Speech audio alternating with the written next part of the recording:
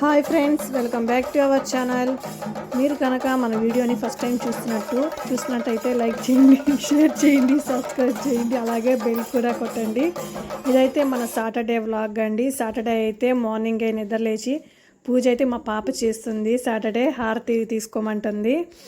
ఇక మాకైతే every year డిసెంబర్లో అయితే అయ్యప్ప స్వామి జ్యోతి పూజ అయితే నాయుడుపేటలో చేస్తారు. సో మేమైతే అక్కడికి వెళ్ళాము. స్వామివారిని అయితే ఊరేగిస్తూ ఇంకా క్లాత్ అయితే తీయలేదు.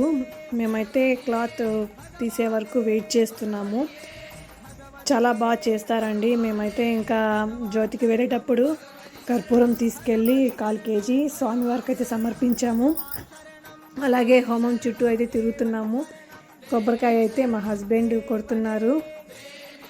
ప్రతి ఇయర్ అయితే మా ఊర్లో జ్యోతి పూజ చాలా బాగా చేస్తారండి. నేనైతే ఒక 5 ఇయర్స్ నుంచి అయితే వెళ్ళలేకపోయాను. ఈ సంవత్సరం అయితే ఖచ్చితంగా వెళ్ళాలని డిసైడ్ అయితే వెళ్ళాను. ఇక ఇలా అయితే హోమం పెడతారండి. హోమం చుట్టూ అయితే తిరిగేసి కొబ్బరికాయ కొట్టేసి అందులో అయితే వేసేయాలి.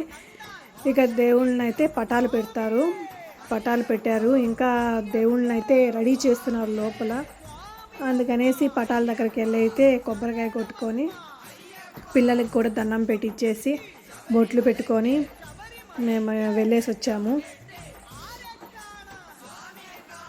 ఇక మా హస్బెండ్ అయితే వీడియో తీస్తూ ఉన్నారు, తిరగండి అని చెప్తున్నాడు. ఇక మా పిల్లలు మేమైతే ఫొటోస్ తీసుకున్నాము కొన్ని.